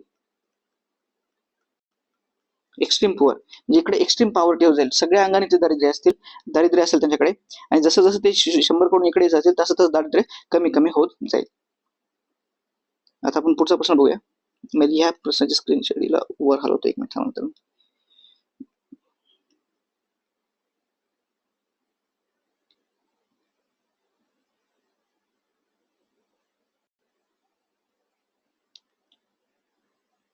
हे तुम्हाला लक्षात आलं, तर याचं उत्तर आहे 33.3%. पुढचा प्रश्न आहे, जुलै 1991 पासून अर्थव्यवस्थेतील पुरवठा बाजू सुधारण्यासाठी व्यापक उदारीकरणाचे उपाय लागू केले जात आहेत. यातील अधिक महत्वाचे काय असं विचारले. सुधारण्यासाठी उदारीकरण केलं आपण, बरोबर आहे. 1991-92 भारतावर आर्थिक संकट आलं होतं मित्रांनो, 91 मध्ये. तर त्यावेळेस आपण खाऊच्या धोरण, खासगीकरण, उदारीकरण आणि जागतिकीकरण, त्यालाच आपण इंग्लिशमध्ये LPG, प्रायव्हेट, एल म्हणजे लिबरलायझेशन, प्रायव्हेटायझेशन आणि ग्लोबलायझेशन, हे धोरण स्वीकारलं होतं. तर त्याच्यामध्ये आपण काही बदल केले होते, काही मुद्दे स्वीकारले होते व काही गोष्टी आपण सोडल्या होत्या. जसे की आपली जी बंदिस्त अर्थव्यवस्था तिला आपण सोडलं, आणि मुक्त अर्थव्यवस्था किंवा आपली जी अर्थव्यवस्था होती ती जगासाठी खुली केली होती. तर आपण आता सुधारणा केल्या आहेत. सुधारणा करतो आपण चांगले परिणाम भेटण्यासाठी. काहीतरी चुका झाल्या होत्या त्याच्यामध्ये आपण सुधारणा करतो. जसं आपल्या प्रिपरेशन मध्ये सुद्धा आपल्या काही चुका होतात, तर आपण सुधारणा करतो, आणि त्या सुधारणा आपल्याला चांगले रिझल्ट किंवा आउटपुट देण्यासाठी असतात. तर काय काय गोष्टी असतील, व्यापार व भांडवल प्रवाह सुधारायचा आहे, बरोबर आहे. कारण व्यापार व भांडवल, मी ते सांगितलं ना, जी बंदिस्त अर्थव्यवस्था तिला आपण खुली केली, तर व्यापार व भांडवलाचा प्रवाह केला. औद्योगिक विनियंत्रण केले. विनियंत्रण म्हणजे पहिलं सरकार खूप जास्त कंट्रोल करत होते, एकदम होतं. तर आता त्याचं हळूहळू डिरेग्युलेशन केलं. पहिलं खूप जास्त रेग्युलेशन होतं. एक कंपनी काढायची म्हणलं तर तुम्हाला 100 परमाने घ्यायला होते, पण आता हळूहळू त्याचं डिरेग्युलेशन केलं. जी प्रोसेस होती ती सोपी केली. जसे की आपण मॉडर्न कसं म्हणतो ना, इज ऑफ डुईंग बिझनेस वाला जो इंडेक्स येत होता, इज ऑफ डुईंग बिझनेस, एखादा बिझनेस करण्यासाठी इझी, म्हणजे एकाच ठिकाणी तुम्हाला 2-3 कागदपत्र भेटून जातील, तुम्हाला जास्त चक्र मारायची गरज पडणार नाही. तसंच निर्गुंतवणूक आणि सार्वजनिक उद्योगामध्ये सुधारणा केली, आणि वित्तीय क्षेत्रात सुधारणा केली. वित्तीय क्षेत्रामध्ये बँकिंग आणि नॉन बँकिंग दोन्ही क्षेत्रामध्ये आपण सुधारणा केली. तर याचं उत्तर आहे बघ, म्हणजे होलिस्टिक अप्रोच आपल्याला ठेवायचा होता, एक एकात्मिक अप्रोच ठेवायचा, सगळे सेक्टर एकत्र घेऊन विकास करायचा होता. आपण केलेला आहे. बँकिंग मध्ये केले, वित्तीय सुधारणा केल्या. निर्गुंतवणूक म्हणजे सरकार हळूहळू एखाद्या कंपनीमधून आपली मालकी कमी करत जाते. जसं की सरकार आता एअर इंडिया टाटा ग्रुपला वापस दिलेला आहे. पहिलं त्याने हळूहळू टक्केवारी कमी केली, आणि आता ते टाटा ग्रुपलाच देऊन टाकलेलं आहे. तर यावेळेस परीक्षेला जाताना एअर इंडिया सुद्धा व्यवस्थित करून जा तुम्ही परीक्षेसाठी. तर याचं उत्तर आहे 4. 53वा प्रश्न आहे, विविध योजना दस्तावेजामधून नियोजनाची दीर्घकालीन उद्दिष्टे दिसून येतात. म्हणजे कोणती कोणती उद्दिष्ट असतात नियोजनाची. तर आपण नियोजन करतो, कशासाठी नियोजन करतो, आर्थिक विकास करण्यासाठी करतो. उद्दिष्ट, काही एखादं उद्दिष्ट ठेवलं तर ते प्राप्त करण्यासाठी करतो. आपल्या भारतामध्ये आपल्याला पॉवर्टी रिडक्शन म्हणजे काय करायचं, दारिद्र्य काढून टाकायचे, गरिबी काढायची आहे, रोजगाराच्या क्षमता निर्माण करायच्या आहेत, मॉडर्नायझेशन करायचं, आधुनिकीकरण करायचं, जे काय आपल्या इंडस्ट्रीज वगैरे आहेत. त्याच्यानंतर सगळ्यांचा आर्थिक विकास करायचा, तर इन्क्लुझिव्ह फायनान्शियल इन्क्लुजन, वित्तीय समावेशन वगैरे करायचं, शाश्वत वृद्धी करायची आहे. तर ह्या सगळ्या काही गोष्टी आहेत, विषमतेमध्ये घट करायची. तर हे तेच ऑप्शन आहेत. आर्थिक वृद्धी करायची, आत्मनिर्भर बनायचं आहे. मोदी सरकार म्हणते आत्मनिर्भर भारत, आत्मनिर्भर भारत, हे की नाही. बेकारीचं निर्मूलन म्हणजे, सॉरी मित्रांनो, एकच मिनिट, खोकला आला होता. बेकारी निर्मूलन इंग्लिशमध्ये होऊ शकतं आपल्याला. अनएम्प्लॉयमेंट काढून टाकायचे, इन्कमचे इनइक्वॅलिटीज आहे, उत्पन्न विषमता आहे तिला कमी करायची, घट करायची आहे, बरोबर आहे. त्याच्यानंतर गरिबी निर्मूलन आणि आधुनिकीकरण करायचं आहे. आपल्या ज्या इंडस्ट्री वगैरे त्यांना मॉडर्न करायचं आहे. त्याच्यानंतर समावेशक आणि शाश्वत वृद्धी करायची. तर याचे उत्तर वरील पैकी सर्व. पण ऑप्शन असताना व्यवस्थित कदाचित तिथे विषमता हे सगळं बरोबर जाईल, फक्त एक इथं घटच्या जागी ना चुकून छोटूस एक वाढ देऊन टाकतील. बेकारी निर्मूलन करायचे पण उत्पन्न विषमतेत वाढ करायची का नाही, तर यावेळेस मग हा ऑप्शन इलिमिनेट होईल मित्रांनो. तर अशा वेळेस खास करून ऑप्शन असताना आता इथे 8 गोष्टी दिल्यात: आर्थिक वृद्धी, आत्मनिर्भरता, बेकारी निर्मूलन, उत्पन्न विषमता, गरिबी निर्मूलन, आधुनिकीकरण, सर्वसमावेशक. अशा 7-8 गोष्टी ना, तर कुठेतरी एका पॉईंट मध्ये जो छोटासा ट्विस्ट असला, आपण घाईघाईत वाचताना सगळे बरोबर वाचून असतो, तर अशा वेळेस असे प्रश्न चुकायचे खूप चान्स. अगदी सोपा प्रश्न आहे, पण जर निष्काळजीपणाने वाचला तर असे प्रश्न चुकण्याचे चान्सेस खूप जास्त असतात. आणि परीक्षेमध्ये थोडंसं प्रेशर मध्ये येऊन आपण अशा छोट्या छोट्या चुका करतो बघा. म्हणजे प्रश्न जरी बरोबर सोडला असताना तर उत्तर गोल करताना चूक करतो. बी असेल तर सी होऊन जात, आपल्या जवळजवळच चूक करतो. आन्सर शीटची गोळी भरताना सुद्धा आपण थोडंसं टाइमच्या प्रेशरमध्ये म्हणा किंवा प्रश्नपत्रिका सोडवणं थोडं अवघड झाली, थोडंसं आपण जर पॅनिक होऊन गेला तर आपल्या हक्काचे मार्क जातात. तर जेवढं होईल तेवढं डोक्याला सुद्धा काम ठेवायचं, शांत ठेवायचं एक्झाम मध्ये. पुढचा प्रश्न आहे, योजना निर्मिती आणि यशासाठी पुढील बाबीची गरज असते मित्रांनो. आता सेम हाही योजनेवरच प्रश्न होता, नियोजन योजना. पुढचा प्रश्न सुद्धा योजनावरच आलेला आहे. म्हणजे योजना या घटकातून ते दरवर्षी 1-2 प्रश्न तरी विचारत आहेत मित्रांनो. तर आता पुढचा प्रश्न आहे, योजना निर्मिती आणि यशासाठी पुढील बाबीची गरज असते. तर कुठल्या गोष्टी असते योजनेसाठी, आता आपण वाचूया. योजना निर्मिती तुमच्याकडे एक संस्था असते ना, की ही योजना ती संस्था घेऊन येईल, ती इम्प्लिमेंट करेल आणि त्याचे टार्गेट वगैरे जे काय ते अचीव्ह करेल. तर एक नियोजन आयोग जो की आपल्याकडे होता, आकडेवारी पाहिजे आपल्याला आणि उद्दिष्टे पाहिजे. जर उद्दिष्ट नसेल तर आपण म्हणजे काय अचीव्ह करणार आहोत, कशासाठी करायचं, ऑब्जेक्टिव्ह काय आपले, गरिबी निर्मूलन करायचे जे आपण वर बघितले, हे की नाही, उद्दिष्ट इथेच दिलेले आहे. गरिबी निर्मूलन करायचं आहे, आधुनिकीकरण करायचं आहे. तर हा प्रश्न सॉल्व्ह करायला कसा मदत करतो बघा, एकाच पेपरमध्ये फक्त प्रेझन्स ऑफ माइंड ठेवायचं, तुम्हाला थोडंसं हजरजबाबीपणा दाखवायचा एक्झाम हॉलमध्ये. पुढचा प्रश्न आहे, लक्ष्य व अग्रक्रम निश्चित करणे. सेम उद्दिष्टांचा एक छोटा भाग तो, त्यांचं संसाधनाचं संकलन करणे, जे काही आपल्याकडे रिसोर्सेस आहेत त्यांचं मोबिलायझेशन करणे आणि त्यांचा योग्य पद्धतीनं न्याय पद्धतीनं वापर सुद्धा करणे. अभ्रष्ट आणि कार्यक्षम प्रशासन. अभ्रष्ट म्हणजे जिथे करप्शन खूप कमी आहे, असं चांगली गोष्ट आहे. जिथे करप्शन कमी आहे तिथे अजून इफिशियंटली काम करतील लोक. आणि योग्य विकास धोरण हवंय. आणि प्रशासनात काटकसर म्हणजे जो वायफळ खर्च आहे म्हणतो ना, बिनकामाचा खर्च टाळणे. एखाद्या प्रोजेक्टसाठी 100 कोटी लागतात तर तिथे 150 कोटी वापरून टाकणे, म्हणजे पैशाचा जो विनाकारण अपव्यय करतो तो आपल्याला टाळायचा आहे. म्हणजे प्रशासनाची काटकसर करायची. आणि शिक्षणाचा पाया, ऑब्विसली एज्युकेशन हे बेस आहे सगळ्या गोष्टींसाठी, तर हे सुद्धा आपल्याला करायचं. तर परत याचं उत्तर आहे अबक. हे तुम्ही अशा ऑप्शन मध्ये ना अबकड जिथे असेल तिथे रेस घेऊ शकता, पण वाचताना थोड्याशा गोष्टी व्यवस्थित आहेत. इथे जर फक्त अभ्रष्टाच्या जागी जर त्यांनी फक्त भ्रष्ट सरकार दिलं असतं ना, तर हा ऑप्शन माझा चुकला असता. पण ते देताना पण व्यवस्थित देतात. जर तुम्हाला कधी कधी मराठी कन्फ्युज होत असेल ना, तर इंग्रजीमध्ये सुद्धा तुम्ही क्वेश्चन बघत चला. तर याचं उत्तर आहे अबकड. पुढचा प्रश्न आहे, एखादा देव गरीब आहे कारण तो गरीबच असतो, असं कोणी म्हणलेलं आहे. आता याच पेपरवाला दुसरा प्रश्न आहे, जो की थिंकर आणि त्याच्या फिलॉसॉफीवरचा क्वेश्चन आहे. याच्या अगोदर त्यांनी एक प्रश्न विचारला होता. कोणावर प्रश्न विचारला होता? अल्फ्रेड वेबरवर. हा प्रश्न आहे, एखादा देश गरीब असतो कारण गरीब असतो, हे विधान कोणाचं आहे? तर हे उत्तर आहे रॅग्नर नर्क्स ह्या व्यक्तीनं हे स्टेटमेंट दिलेलं आहे. तर अशा प्रश्नासाठी मित्रांनो आपलं वाचन थोडंसं जास्त पाहिजे, वास्ट पाहिजे आणि डीप मध्ये पाहिजे. तर हे प्रश्न तुम्ही आता काय करायचं, आता हे जे वाक्य आहेत ना ते तुम्ही लिहून ठेवा एका कागदावर.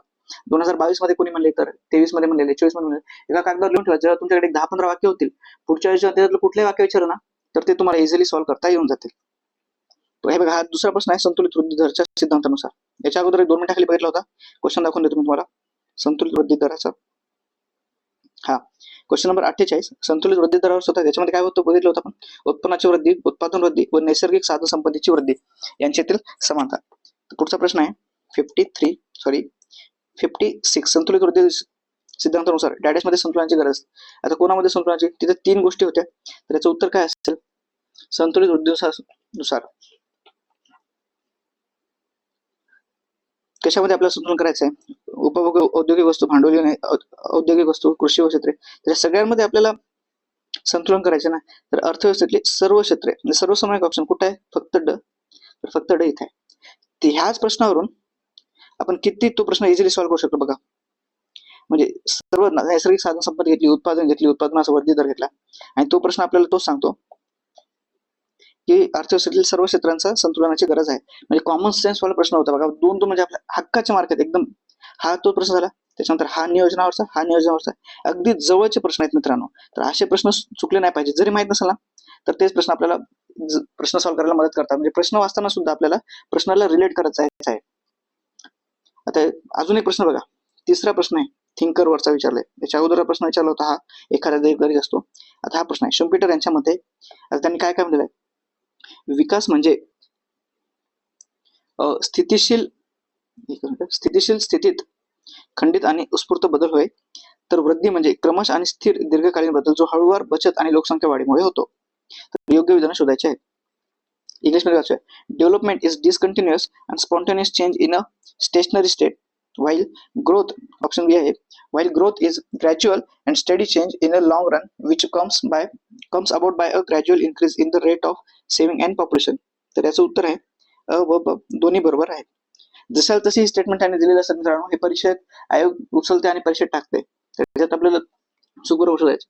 तर याच्यासाठी सेम आहे की आता तुम्हाला थोडेफार हा ट्रेंड वाढत चालले. 2024 त्याने 3-4 मार्क्स विचारले अर्थतज्ञ, 23 मध्ये 3 विचारलेले आहे. आता म्हणजे जवळपास 2 वर्षात त्यांनी 7 अर्थतज्ञांना प्रश्न विचारलेला आहे. म्हणजे हा आकडा खूप जास्त आहे ना, 2 वर्षात 7 अर्थतज्ञ म्हणजे 7 प्रश्न 2 वर्षात, हा आकडा खूप जास्त होऊन जातो मोठा परीक्षेच्या दृष्टिकोनातून.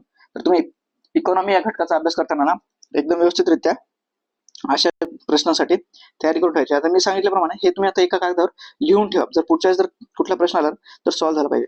पुढचा प्रश्न आहे दारिद्र्य घटकावरचा प्रश्न आहे. तर रंगराजन समितीने 2014ची जी समिती हिने 2011-12 या वर्षासाठी ना दारिद्र्य रेषा दैनंदिन दरडोई उपभोग खर्च हा शहरी आणि ग्रामीण भागासाठी किती आहे हा अनुक्रमे विचारलेला आहे. तर याचा आता एकदम फॅक्च्युअल प्रश्न आहे मित्रांनो. तर याचं उत्तर आहे 47 रुपयाने 32 रुपये. तर यांनी काय केलं होतं, ह्यांनी महिन्यासाठी खर्च दिला होता. महिन्यासाठी हे अर्बन आणि हे रुरल म्हणजे ग्रामीण आणि शहरी. अर्बन साठी होते 1407 रुपये आणि शहरी भागासाठी होते 952 रुपये असं काहीतरी होते. तर याला जर आपण 30चा महिना असतो 30ने डिवाइड केलं तर जवळपास हे 47 आणि हे 32च्या आसपास येऊन जातं मित्रांनो. हे झालं होतं रंगराजन. आता तेंडुलकर समितीच्या आपण लगेच इथे आकडेकडे घेऊया.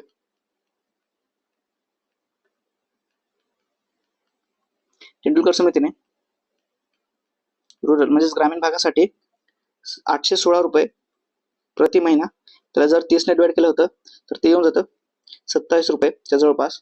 आणि अर्बन म्हणजे शहरी भागासाठी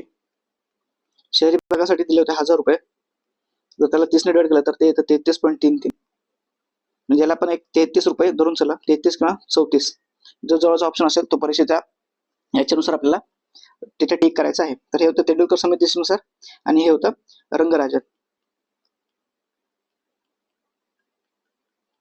रंगराजन समितीनुसार. तर आपल्याला असे आकडे हे फर्स्ट टाइम विचारले नाही, त्याच्या अगोदर त्याने बऱ्याच वेळेस असे आकडे विचारलेले आहेत मित्रांनो. पुढचा प्रश्न आहे 2014 मध्ये शासनाने वित्तीय समावेशासाठी खालीलपैकी कोणत्या योजना अंमलात आणलेली होती.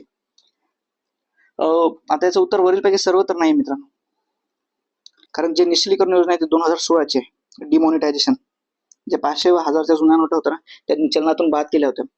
जे जुन्या नोटा असतात त्या चलनातून बाद करण्या या प्रोसेसला म्हणतात डिमॉनिटायझेशन किंवा निश्चलीकरण. जे चलन होतं त्याला आपण निश्चल करून टाकलेलं आहे, अर्थव्यवस्थेमधून बाहेर काढलेलं आहे. तर हे तर नाही म्हणून त्याच्यामुळे सर्व नाही. आता ऑप्शन मध्ये 3 आणि 2. तर प्रधानमंत्री जनधन योजना, आपण म्हणतो ना जनधन खातं काढलं का, कारण त्या आर्थिक समावेशन करायचं, त्यांच्या खात्यात ते पैसे टाकणार होते सरकार, त्यासाठी त्यांनी आधार लिंक करून घेतलं. जनधन ही योजना आली होती, त्याचं उत्तर हे 3 आहे. आता संपत्ती विवरण योजना, इंग्लिशमध्ये प्रॉपर्टी डिस्क्लोजर. आता एखाद्या व्यक्तीकडे प्रॉपर्टी आहे त्याला डिस्क्लोज केली म्हणजे विवरण केलं, सरकार दिलं माझ्याकडे एवढी प्रॉपर्टी आहे. याच्यानं वित्तीय समावेशन कसं होईल. एक व्यक्ती पुण्यामध्ये राहतो त्याने त्याची प्रॉपर्टी सांगितली आणि एक व्यक्ती अमरावती किंवा यवतमाळमध्ये कुठेतरी राहतो, तिथल्या व्यक्तीला त्याचा समावेश कसं होईल या व्यक्तीने प्रॉपर्टी विवरण केल्यामुळे, तर होणार नाही. हा पण वित्तीय समावेशन केलं म्हणजे त्याचं बँकेमध्ये खातं काढलं, पोस्टामध्ये खातं काढलं, त्याला पासबुक वगैरे दिलं, त्याला बँकिंगमध्ये हॅबिट्स लावल्या. आपण म्हणतो ना बँकेमध्ये जाणं म्हणजे जाऊन त्यांना ऍक्च्युअली प्रोसेसमध्ये इन्व्हॉल्व करून घेतलं, तर अशा गोष्टीने त्यांचं समावेशन होणार आहे. आणि विविध योजनांचा जो डायरेक्ट बेनिफिट ट्रान्सफर असतो म्हणजे सरकारकडून पैसे खात्यामध्ये येतात बघा. PM किसान योजनेअंतर्गत 6000 रुपये जातात. महिला सन्मान निधी आहे, त्याच्यानंतर महिला विकास पत्र किंवा कृषी विकास पत्र, अशा वेगवेगळ्या काही स्कीम आहेत का, माझी कन्या सुकन्या. आता लाडकी बहीण योजनेनुसार पण डायरेक्ट पैसे खात्यामध्ये जाणार आहे, तर त्याच्यासाठी त्यांनी प्रधानमंत्री जनधन योजना आणली होती, तर वित्तीय समावेशनासाठी. त्याचं उत्तर आहे ऑप्शन क्रमांक 3. जेंडर बजेट म्हणजे काय, आणि हा आजच्या सिरीजचा शेवटचा प्रश्न असणार आहे. जेंडर बजेट म्हणजे काय. आता इथे कुठले जेंडर दिले नाही, पण आपल्याला माहित आहे जेंडर बजेट मध्ये महिलांसाठी एकाच बजेटमध्ये वेगळी तरतूद केली जाते.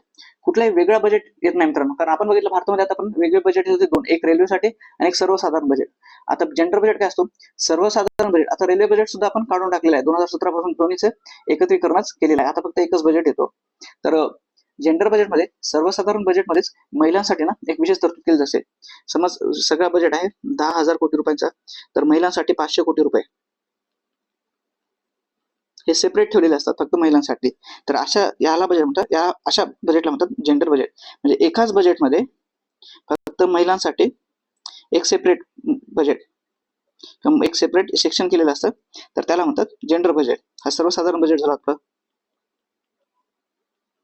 त्याच्यामध्ये एक सेपरेट किंवा इंडिपेंडंट प्रोव्हिजन तरतुदी केलेल्या असतात फक्त महिलांसाठी.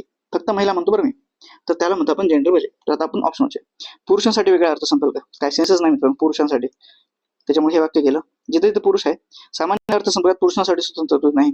महिलांसाठी वेगळा अर्थसंकल्प म्हणले, वेगळा अर्थसंकल्प. आजपर्यंत आपण कधीच महिलांसाठी वेगळा अर्थसंकल्प नाही, त्याच्यामुळे अवघड. तर उत्तर ऑप्शन एकच, सामान्य अर्थसंकल्पात महिलांसाठी स्वतंत्र तरतुदी. द बेस्ट ऑप्शन हाच आहे आणि हेच त्याचं उत्तर सुद्धा आहे. कारण मी इथे सांगितले बघा, ह्या 10,000 कोटीचा बजेट आहे, त्याच्यामध्ये 5,000 कोटींची महिलांसाठी स्वतंत्र तरतूद केलेली आहे. म्हणजे हा पूर्ण बजेट, त्याच्यामध्ये महिलांसाठी फक्त एक सेपरेट तरतूद केलेली आहे, तर त्याला म्हणतो आपण जेंडर बजेट. तर हे होतं आतापर्यंतच्या 60 प्रश्नांचं अनालिसिस मित्रांनो. जर तुम्हाला या प्रश्नामध्ये जर कुठे काही डाऊट वगैरे वाटत असेल कुठल्या क्वेश्चन मध्ये, किंवा अजून तुम्हाला जर काही याच्यामध्ये इम्प्रुव्हमेंट वाटत असेल कराव्या माझ्याकडून, तर तुम्ही मला नक्कीच कमेंटमध्ये सांगा. आणि एक्झामसाठी कसं प्रिपरेशन करावं, काय करावं, याच्यासाठी जर तुम्हाला मार्गदर्शन वगैरे हवं असेल, हे आता प्रिलिम्स आहे 28 सप्टेंबरला, आता ती युपीएससीच्या धर्तीवर होणार आहे प्रिलिम्स मेन्स, तर थोडंफार चेंजेस वगैरे बघायला भेटतील का, याविषयी तुमच्या काही गोष्टी वगैरे, म्हणजे तुमचे काही डाऊट्स वगैरे असतील, तर ते तुम्ही मला कमेंट बॉक्समध्ये विचारू शकता. आणि या चॅनलला जर तुम्ही फर्स्ट टाइम व्हिजिट करत असाल, तर याच्या अगोदरचे सर्व लेक्चर बघा मित्रांनो. या लेक्चरला तुम्ही लाईक करा, आपल्या मित्रांसोबत शेअर करा आणि सबस्क्राईब करा, जेणेकरून इथे अपलोड होणारे व्हिडिओ हे सगळ्यात पहिले तुम्हाला पाहायला भेटेल. मित्रांनो, जर तुमच्या दुसऱ्याही काही म्हणजे इन जनरल प्रिपरेशन विषयी किंवा कुठल्या सब्जेक्ट वाईज, म्हणजे हिस्ट्रीला कसा अप्रोच असावा, जिओग्राफीला कसा आपण अभ्यास करावा, विज्ञानासाठी कसं करावं, कारण विज्ञानाचे जवळपास ना सायन्सचे हे 20 प्रश्न येतात मित्रांनो. तर विज्ञानासाठी कसं अप्रोच करा, आता पुढचे जे आहेत 122 पासूनचे प्रश्न हे विज्ञानाचेच आहेत, जे आता आपण पुढच्या सिरीज मध्ये बघणार आहोत. तर विज्ञान हा खूप महत्वाचा घटक बनून जातो आणि विज्ञान हा दिवसेंदिवस थोडासा अवघड होत चाललाय. असं नाही की आयोगाला काही विचारायचं म्हणून ते अवघड करते. आता तुम्ही जर एक गोष्ट नोटीस केली असेल ना, तर कृषी सेवा, वनसेवा आणि जे अभियांत्रिकी सेवा आहेत यांच्यासाठी सुद्धा आता ही एकच प्रिलिम्स झालेली आहे. पहिला अभियांत्रिकी कृषीची वेगवेगळी प्रिलिम्स होती, तर त्यांना त्यांच्या घटकाशी निगडीत ते प्रश्न विचारत होते, पण आता त्यांची पूर्व परीक्षा आता एकाच परीक्षेमधून त्यांना मुख्य परीक्षेसाठी विद्यार्थी निवडायचे आहेत. त्याच्यामुळे ते थोडंफार त्यांच्यासाठी सुद्धा ना मित्रांनो विज्ञानचे प्रश्न हे तुलनेने थोडेसे अवघड होत चाललेले आहेत. तर हे कारण त्यांचं इन्व्हॉल्वमेंट घेतलं, एकच प्रिलिम्स आहे ना, तर आता आयोगाचा सुद्धा नाईलाज होतो ना, त्याच्यामुळे त्यांना असे प्रश्न टाकावे लागतात. तर आपण अशा वेळेस जवळपास 20 प्रश्न सोडून देणं किंवा विज्ञान एखाद्या घटकाला बाजूला ठेवलं हे परवडणार नाही मित्रांनो. कारण 20 प्रश्नामध्ये 40 मार्क्स म्हणजे जोक नाही ना तो. आपल्या परीक्षेमधला सगळ्यात मोठा घटक आहे, 20 प्रश्न खूप जास्त आहे. तर अशा त्याचं वेटेज खूप जास्त आहे. आणि जर तुम्ही सगळं तो अभ्यास जर व्यवस्थित नाही केला ना, तर कदाचित मग तुम्हाला पूर्व परीक्षा पास होणं थोडं अवघड होते. तर त्याच्यावर तुमचे काही डाऊट वगैरे असतील, कसं प्रिपेअर करावं, कुठल्या सोर्स वगैरे, तर ते तुम्ही मला ना कमेंट करा. कमेंटमध्ये तुमचे जे काही प्रश्न असतील, तुमचे डाऊट्स असतील ते विचारा. आणि तुमचे जे काही सजेशन सुद्धा असतील मला काही सुधारणा, तर त्याही मला कमेंटमध्येच सांगा, जेणेकरून आपण इथून आपले जे व्हिडिओ लेक्चर्स आहेत ना ते इम्प्रूव्ह करू. तर तुम्ही आता हा लेक्चर तुम्ही बघितला असेल, तुम्हाला हे आवडलं असेल, तर मित्रांनो लाईक करा, आपले जे काही मित्र आहेत त्यांच्यासोबत शेअर करणे, चॅनलला सबस्क्राईब करायला विसरू नका. आज आपण आता थांबूया आणि उद्या म्हणजे पुढच्या सिरीजमध्ये 61व्या प्रश्नापासून घेऊया. धन्यवाद मित्रांनो.